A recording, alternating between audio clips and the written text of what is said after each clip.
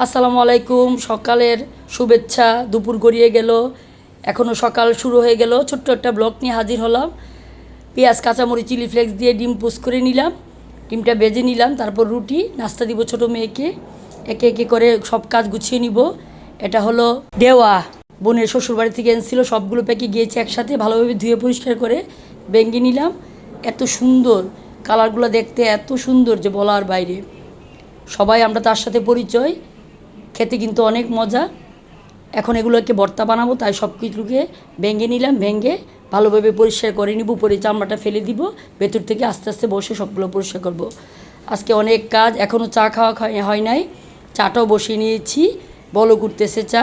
দেওয়া ভর্তা করব, বিভিন্ন ধরনের প্রয়োজনীয় জিনিসপত্র দিয়ে সব কিছু একে একে গুছিয়ে নিচ্ছি, কেটে নিয়েছি। এই তো একটা খেয়ে দেখলাম, অনেক টক।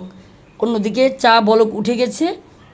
এই তো চা, আমার চাটা খেয়ে কাজ করতে হবে, চা না খেলে কাজ করতে পারি না। চার কালার কিন্তু দারুণ, খুব পছন্দ আমার চা। সাথে সাথে চার পাশাপাশি লাউটাও ছিলে নিচ্ছি। লাউ দিয়ে চিংড়ি মাছ রান্না করব। মাংস একঘেয়েমি হয়ে গিয়েছে, আমরা টুকিটাকি সবজি খাওয়া শুরু করে দিয়েছি।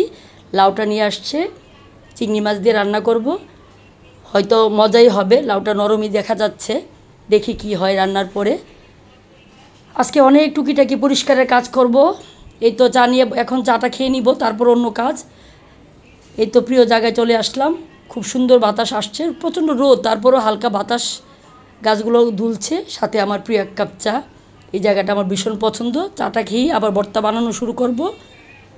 চলে গেলাম ভর্তা বানানোর জন্য, পরিষ্কার করে নিলাম। খুব সুন্দর লাগছে, কালারগুলো খুবই সুন্দর।